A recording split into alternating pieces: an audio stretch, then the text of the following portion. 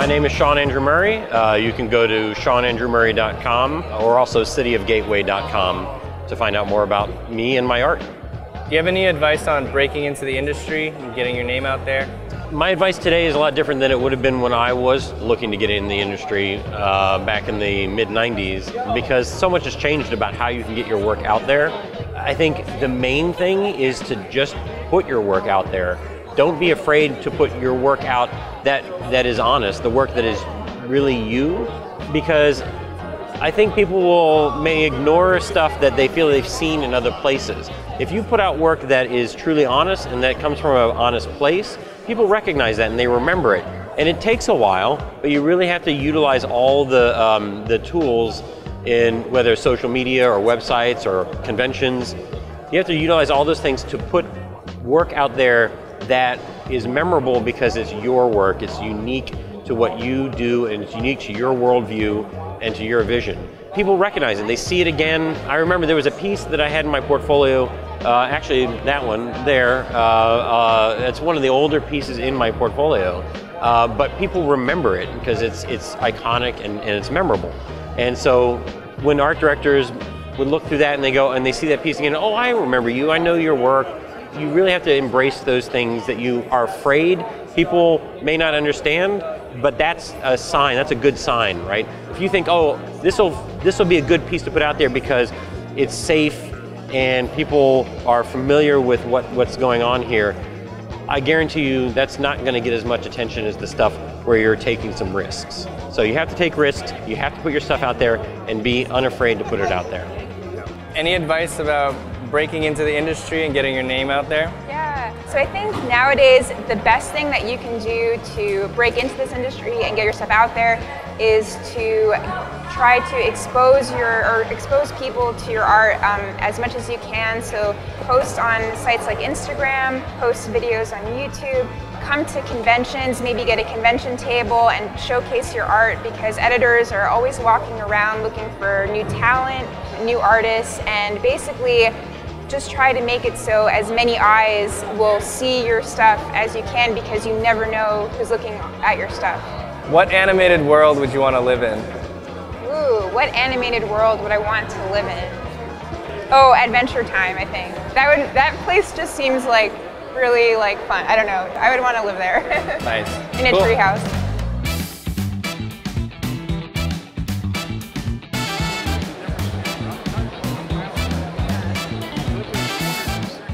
Do you have any advice on breaking into the industry and getting your name out there? My advice in regards to breaking into the industry is I think you should be your own biggest fan. Give honest value to your work.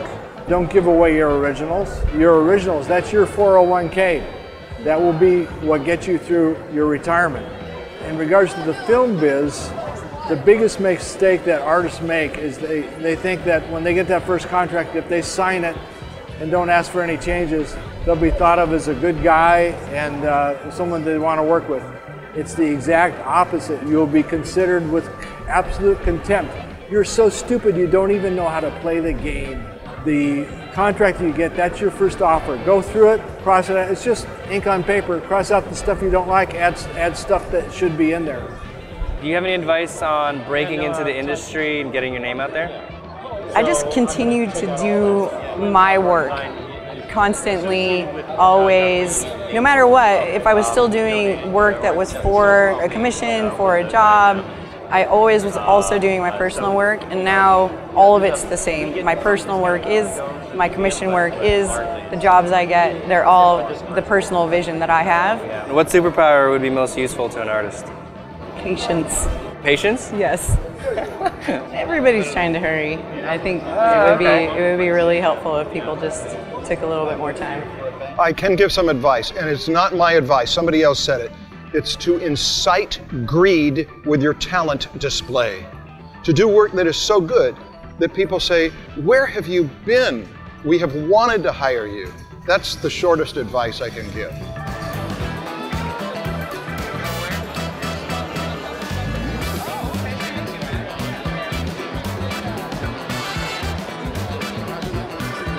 Kind of tips you have for people trying to get out there? You just have to consistently do it. social media really is just about exposure and getting reactions from people and getting wanting them to come back and enjoy your stuff more. And there's that relationship, like the digital friendship that you have with all these people who follows your work. Yeah. So they want to see it more often. If you don't continuously create, eventually they're going to find someone that they're going to have content more often, and that won't be you. Alrighty, man. Thank you. Thanks a lot. Can you give us some advice for breaking into the industry and getting your name out there? My advice for breaking into the industry and getting your name out there is just making sure that when you're networking, that it's not just showing up at some place and just handing your card to one person and going about your way. It's the most important thing is making sure that you're following up, following through, keeping contact with people. And you're not bugging them, it's just reaching out. It may be a few months apart and say, hey, I just want to send you a follow-up. And then it's just making sure you know exactly what it is you want to do in the industry. This is where people, I think, struggle a lot. They say they want to be an artist, but it's not necessarily pinpointing, well, I want to be a designer, I want to be a storyboard artist, or I want to be an illustrator for children's books. And I think once you determine what that is, that's when you start moving towards that area. Just some advice on breaking into the industry and getting your name out there? Post regularly. Make sure if you're going to start doing some internet stuff, you're going to have a backlog of a few months before you start posting stuff. So regularly, you can start building an audience, that way. How I got my first professional job here at San Diego in 1992, I'd be going around with my portfolio. I couldn't get hired by anyone. And then I had a friend who had a booth in the small press area. And everyone and their mother came by and offered me work. So sometimes it's also about being planted and having a display that's cool, and sometimes people then will find you. What superpower would be useful to an artist? Photographic projection of images they've seen straight, so they're their own lucograph. And so you could do the Kim Jong-Jin's thing, but with superpowers instead of being him. Right. It's kind of a skill that you can learn doing, Right. but yeah, being able to project out of my eyeballs the image exactly on it. Okay. Nice.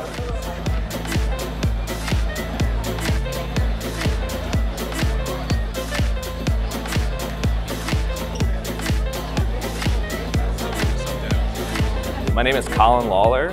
You can find my work on my website, which is colinlawler.com, or my Instagram, which is @drawingupastorm. Oh my God, I'm sorry, that was amazing. There's it's just like right behind you, like as you're introducing your name. That's normal. It's go. Do you have any advice about breaking into the industry and getting your name out there? I guess I've always looked at videos or seeing what other people have said, and it does sound it's an individual process. Ultimately though, you have to make content first. You have to prove that you're good at what you want people to hire you to do. With our comic, we decided to self-publish it through Kickstarter, which is a great way to get your book in hand and then start going to shows and get a table. It's scary, nerve-wracking in a lot of ways. You don't know what you're getting into, but once you start showing your stuff, then you'll kind of get the feedback and you never know who's going to pick it up. Yeah. Do you have any advice about breaking into the industry and getting your name out there? Oh, just making work, just do work. That's usually the best way to get people to notice you, because what else could it be? I wish I had a shortcut. I think with social media and the amount of exposure you can potentially get, it literally is about creating work and being as active as you can. Social media can be overwhelming, but in my case, it's been pretty much tremendous. Like the amount of exposure and contacts that I made. So I know how important it ended up being. So I know I started not being so precious about my work and just try to get as much out there, which is a very positive push to constantly create. Do you have any advice on breaking into the industry and getting your name out there? Advice on breaking the industry and getting out there? Actually, I don't. Mainly because I never tried to break into the industry. The industry came to me. I was doing my own work and posting on the internet, and then people started seeing it and calling me for it. So I guess I would say the same thing. Just do your own work, put it up on the internet, and see what happens.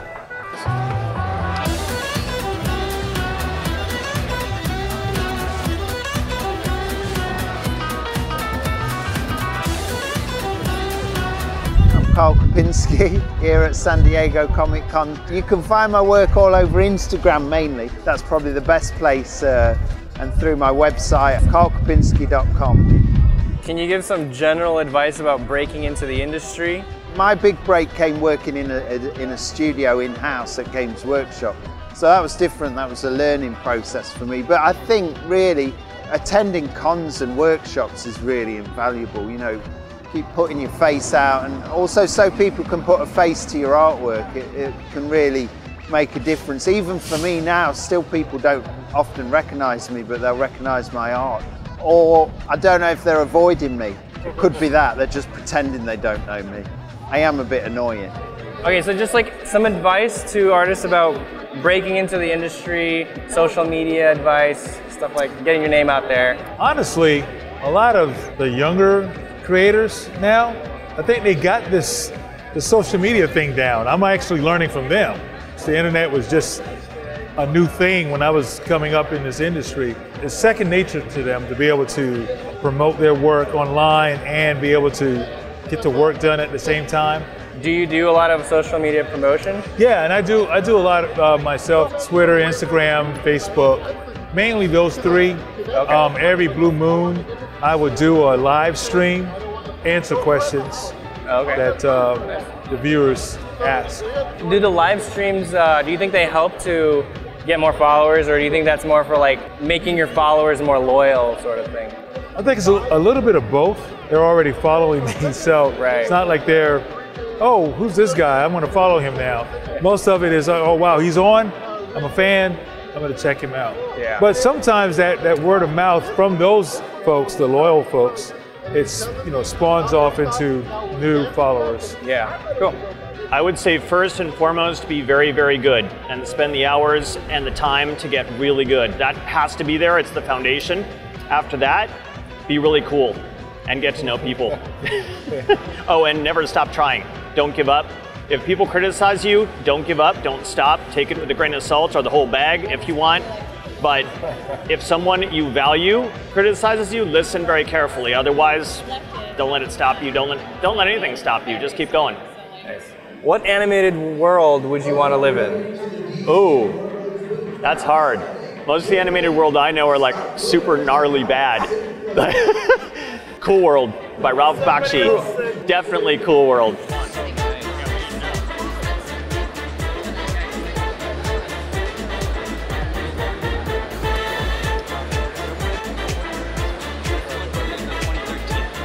Hey everybody, my name is Bobby Chu and I can be followed on YouTube, Digital Bobbert. What do? I do creatures a lot and other whimsical, fantastical things, usually for movies, sometimes for video games. Some awesome advice to break into the industry and really make a name for yourself. Well, for one, come to places like this, where artists all gather, where studios all gather. Now this place is awesome, Comic-Con is awesome, everybody comes.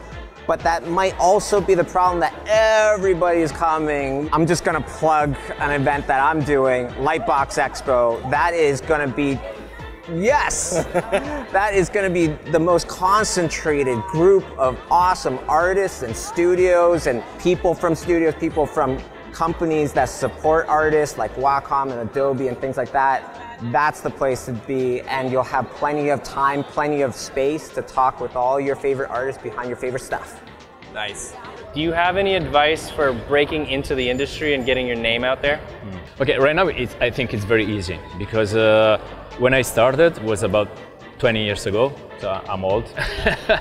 And it was very difficult because I used to travel from Italy to USA with a portfolio, physical portfolio, talking to the editors, long line for portfolio review. It was very hard. Right now with the internet, you can just contact editors by Facebook, by email, and they probably just answer.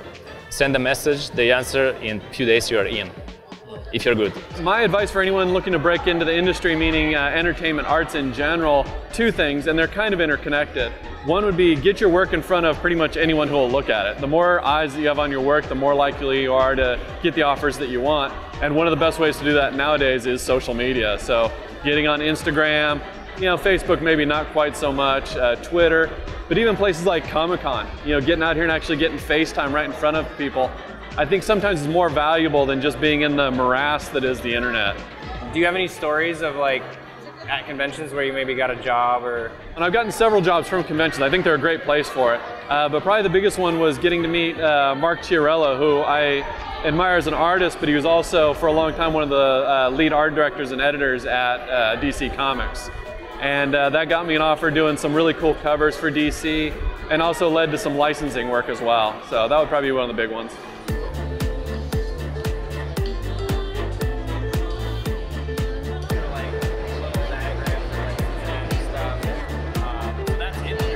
Do you have any advice for breaking into the industry, getting your name out there? You know, it's about people. And I think I may have mentioned this before in past interviews or people listen and talk to me. Community and people are the biggest factors, I think. And there's other variables, of course. Your work counts, your portfolio, the time you put into it, the social media part of it. But when you start connecting with people from even just being a student all the way up to the professional field, that's what kind of helps you break past those barriers, because you just don't know where the people next to you will be in 10 years, 20 years time. And they might remember you. They might see your work at a later period of time and be like, hey, we have this opportunity. Would you consider maybe doing something with us? And my lifelong friends from like Art Center are all the people that are obviously leaders of the industry, but they're still friends. And I've maintained that relationship, and that's really helped me continue to stay connected in the industry in many forms, whether it's like working in games, animation, fashion, to illustration work, gallery stuff. So I can reach out to all these people and maintain that connection and always be active to find new work. So when I first started off to break into the industry, it started off with that, having someone as connected to get me in there. What animated world would you want to live in? I really like European animations and series.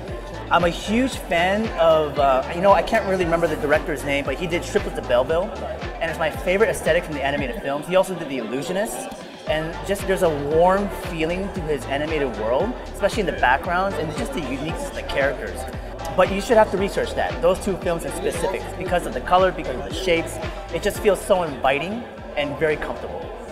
I personally believe the best platforms right now are ArtStation and Instagram. Well, I'm all about ArtStation. That has gotten me 90% of the work I've done for the last 3-4 years, really. I'm trying to get better about Instagram, but I know that one is great, especially because it is so imagery focused. People can cut right to what you're about, like what makes you unique as an artist or any other sort of influencer type. Yeah. Consistency is good, a lot to show that you're active and that you're involved in things. Like, I'm not a social media person. I'm much more of an introvert just on my day-to-day. Okay. So what I just focus on and what I've grown up with essentially is let the work speak for itself. Especially since ArtStation and Instagram are so visually based, so anchored to the visuals. Yeah. Make that your thing. You know, stand out. What is so unique about your voice that people should be looking at what you're doing? So for people who are maybe just starting on ArtStation, is there any specific advice to ArtStation that you'd give that's like different from Facebook or Instagram, or is it pretty much the same thing, just like good quality and consistency? I mean, that can't hurt. The unique voice, what's unique about your process or your style, it does definitely depend on which kind of art you want to get to. And I mean, if we're talking about breaking into the industry, getting a job, right? Yeah. Then it's know what you're here for.